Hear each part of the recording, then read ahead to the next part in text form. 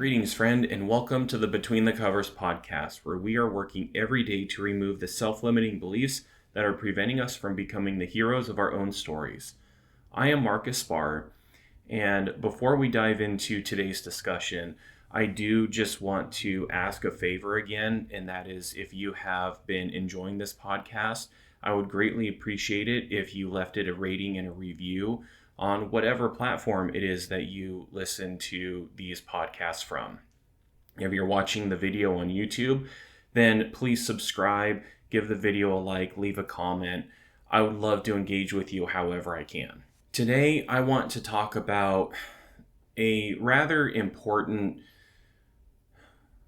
concept, we'll say, that I often talk with many of my clients about, and it's the concept of curiosity over shame. With a lot of the work that I do, these maladaptive coping mechanisms that my clients engage in, oftentimes there's a lot of shame behind them. Whether we're talking about something as drastic as self-harm and even suicidal ideation, to something as consuming too much alcohol or engaging in some pornographic viewing behavior that is problematic in their lives. The reason why these are causing us so many problems a lot of times is due to shame. Shame about the behavior and shame over what this behavior is trying to help us cope with. And I can tell you from my own experience in working through these various maladaptive coping behaviors in my own life, if shame was capable of helping or even removing these behaviors from my life, I would not be here right now. Neither would you. We would have had this figured out a long time ago. But we oftentimes live in this society that values shame as a motivator, shame as an attempt to help us become not just aware of what we should and shouldn't be doing, but we often use it as a means of social coercion in order to get people to do what we think is appropriate or what others think is appropriate. And it doesn't help. Shame has its values. But if that's all that your life is being guided by is shame, if you are working like crazy in order to prove that you are good enough because there is the shame message within you that says that you're not good enough, that's not going to fix the issue. And this is where curiosity comes in. You'll probably have noticed a pattern in especially these more recent episodes that I often will ask for you to become curious about whatever the topic is that I am sharing here. That's because curiosity has been one of the most powerful tools that I've been able to employ in order to really get down to what is driving some of these behaviors, what's driving these thoughts, what is sending me down some very familiar paths. And the reason why this is such a powerful tool for me is because shame just looks at the behavior. It just looks at what it deems to be the problem. Yet, like pretty much all maladaptive coping mechanisms, we develop these as a means to cope with some other underlying issue. There's some deeper problem that is driving these behaviors. And so if we only focus on shaming ourselves for the symptom of a problem instead of what the cause of the symptom is, then very little work can be done. Curiosity helps us get to what is actually the underlying issue. When I find myself wanting to close off, if I am getting numb, if I'm feeling overwhelmed and I just want to isolate. One of the reasons why this is happening is because I have oftentimes believed, and I still wrestle with this belief, that I'm just not capable and I'm not good enough. If I make a mistake as a man, as a husband, as a pet owner, as a friend, that reinforces a lot of very deeply rooted messages that I will remind myself of time and time again about how I was just inherently going to make this mistake because that's just who I am. Well, if I'm just wanting to isolate, or if I'm just wanting to distract myself with video games, with food, even with alcohol, or whatever the distraction technique is, if we take a look at what's really going on, those are not the problematic behaviors. The isolating, the dissociation, the distracting, those are just the symptom of what's actually going on, which is I am feeding myself a buffet of messages that are telling me I failed, I'm not good enough, I should have done better, I am just not going to be able to change. In fact, this was something that Libby and I navigated through just a couple of nights ago. She had a difficult interaction with one of her college friends. It didn't go the way that she wanted. She was really dysregulated from it and brought it to my attention as we were settling in for playing Saga Frontier before going to bed. And I just kept playing the game. And I never asked her what it was that she wanted. I did ask her what she needed, but in her dysregulated state, she didn't know what it was that she needed. And it caused a rift between us. I was not there and present for her. I became judgmental. I just closed myself off. I was falling back into some terrible coping mechanisms, namely dissociation. And it took us a couple of conversations to work through it. And for a while, we both felt like we were walking on eggshells around each other. And I had to own up to my behavior toward my response to what she was going through and not being there and offering the help that she needed. I am going to do things imperfectly. In fact, I do things imperfectly most of the time. Understanding that and not shaming myself over these mistakes, they can help me to learn from them. Whereas if I give into the shame spiral that oftentimes comes with these interactions, comes with these behaviors, what I will inevitably do is just make matters worse, because I am telling myself that there is something wrong with me. That's why this happened. That's the nature of shame. And instead, if I became curious about why I was responding the way that I was, in fact, I did engage in curiosity the morning after to figure out, okay, what was going on there. I was falling back into this pattern that came about in 2023 when Libby was experiencing her mental health crisis, and I was helping her navigate through that. It brought up some trauma from that time. My dissociation was more of a PTSD response.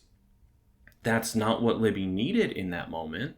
She even recognized and acknowledged that that's what was going on when I told her the night after what was going on and what my thoughts and my feelings were. And I was able to see that this was not a healthy response to what was going on. Libby needed me to be there. And while I don't always have control over whether I experience these kind of PTSD like responses, I can do some work in order to process and just tell myself, tell my brain, tell my body that this is not the same experience. This is not the same as what was going on in 2023. But instead of shaming myself because I did not give Libby what it was that she needed, we were able to reconcile, and I was able to be honest. This is where I was. This is what was going on. And I apologized, saying, I'm sorry that I wasn't there for you the way that you needed me to be there. And we were able to come back together and heal that rift that took place between us. If I was just stuck within this shame spiral because I had failed her again, because I was not there the way that she needed me to be, I would not have been able to reconcile. I would have been able to apologize. And that might have done something to heal some of the rift, but I would have still been beating myself up. And that's not helpful. That is not what we need in these moments. So that's why I am a huge advocate for curiosity. And what I want to encourage you to do is to become curious about your own shame. What is it that drives your shame? Instead of shaming yourself for some of these behaviors, become curious about what is the root drive behind these behaviors. Do you dissociate, like I shared in my story? Do you distract? Oh, that was something that came up in the hero study with my friend Dan Fredrickson. Distraction, it is a coping mechanism. Do you turn to self-harm? Do you turn to food? Do you turn to alcohol? Do you turn to work? Do you turn to people-pleasing? Do you turn to judgment? Do you turn to self-condemnation? Whatever the coping mechanism is, that is just a symptom of what is legitimately going on beneath the surface. And shame's not going to get you there. Shame is not going to get you to this root. Curiosity will. Just ask yourself why. And it might not be something that you can do in the moment. It might be something that you have to do afterward. Once you've had some practice, you can do it in the moment, and that can help you get out of the shame spiral. But you can look at it after the fact and become curious. Why did I respond that way? Why did I say what I said? Why did I do what I did? And by becoming curious and just asking why, you can get down to really what's going on. And once you know what that root is, then you can start addressing that. And it's not something that you can shame your way out of. Shame is a great indicator that there is something else going on. It's almost like an alarm is going off inside of your body or inside of your mind. That's what shame can do. Shame lets you know there's something wrong, but it's not going to fix it. It's just the alarm. You need to address what's causing the alarm and be abundantly aware of when this shame is coming from an outside source. Again, I have had experiences in the past where my family has tried to shame and guilt me into doing certain things that they want me to do. Well, a lot of them have learned the hard lesson that if you try and guilt me into something, if you try to shame me into something, it's going to backfire. I do not accept it. Now, if only I could do the same thing with myself. That's still a work in progress because I'm great at shaming and guilting myself. However, if the source of the shame is coming from someone else, then there's going to be a little extra work involved than if the source of the shame is coming internally. And the reason why is because a lot of people will use shame as a means to manipulate and control in order to get us to do things that they want us to do, to get us to behave a certain way, to get us to change. And that's something that they might not even be aware that they're doing. Go back to a great example of my dad when I was probably about 7 or 8 years old. He instilled within me a shame message that I was as worthless as tits on a board. My dad didn't mean that. Where did he learn that? From his dad. He just repeated something that he heard growing up. I was able to reconcile and work with my dad around this. And that's something that you might be able to do if the source of the shame is coming from someone outside of yourself. But if it's not a healthy relationship with this person who's shaming, then you got to protect yourself. You need to set up some boundaries. You might need to limit contact with this person. You might need to have a really hard conversation and let them know how this behavior is impacting you. And they might just turn around and give you a response of, well, you just need to buck up or just get over it. That'll give you an indicator of how safe this relationship actually is. And it can give you an idea of what you can and maybe should do in order to protect yourself. That's the most important thing. If the shame is coming from someone else, then there is a chance that it can't be reconciled. But you can limit how much of that shame you are taking in. If it's coming from a family member, and say you're not old enough to be out on your own, or maybe you are old enough, but things are financially difficult, and you don't have a space of your own, there are other things that you can do. You can stand up for yourself.